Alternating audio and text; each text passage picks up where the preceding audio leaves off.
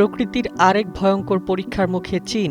শক্তিশালী টাইফুন বাভি দ্রুত দেশটির পূর্ব উপকূলের দিকে ধেয়ে আসায় ব্যাপক আতঙ্ক ছড়িয়ে পড়েছে। সম্ভাব্য ভয়াবহ ক্ষয়ক্ষতি এড়াতে ঝেজিয়াং ও ফুজিয়াং প্রদেশ থেকে ৬ লাখেরও বেশি মানুষকে নিরাপদ আশ্রয়ে সরিয়ে নেওয়া হয়েছে।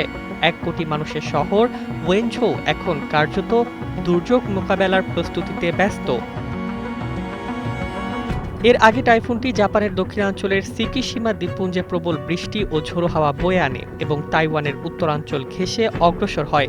বর্তমানে এটি অপেক্ষাকৃত ঠান্ডা সমুদ্রের ওপর দিয়ে উত্তর পশ্চিম দিকে এগোনোর কারণে কিছুটা দুর্বল হলেও আবহাওয়াবিদদের সতর্কবার্তায় স্পষ্ট।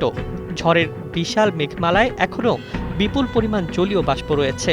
এর বৃষ্টিপাতের বিস্তৃতি প্রায় ফ্রান্সের সমান, যা ব্যাপক বন্যা ও জলাবদ্ধতার ঝুঁকি তৈরি করতে পারে। চীনের রাষ্ট্রীয় গণমাধ্যম জানিয়েছে, শুধু ঝেজিয়াং প্রদেশ থেকেই ৫ লাখের বেশি মানুষকে সরিয়ে নেওয়া হয়েছে।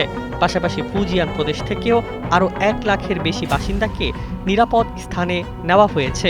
উপকূলীয় এলাকায় মাছ ধরার নৌযান ফিরিয়ে আনা, নির্মাণ কাজ বন্ধ এবং জরুরি উদ্ধারকারী দলকে সর্বোচ্চ প্রস্তুত রাখা হয়েছে। এদিকে জাপান ও তাইওয়ানে এখন পর্যন্ত টাইফুনের কারণে প্রাণহানির খবর না মিললেও ফিলিপাইনে বাভির প্রভাবে সৃষ্ট প্রবল বর্ষণ ও মৌসুমি বৃষ্টিতে অন্তত ১৭ জনের মৃত্যু হয়েছে। আবহাওয়াবিদদের আশঙ্কা, জলবায়ু পরিবর্তনের প্রভাবে এ ধরনের শক্তিশালী টাইফুন আরও ঘন ঘন আঘাত হানতে পারে। তাই চীনের পূর্ব উপকূলে এখন একটাই প্রার্থনা, বাভি যেন প্রত্যাশার চেয়ে কম শক্তি নিয়েই আঘাত হানে। Desk report, Bangladesh bulletin.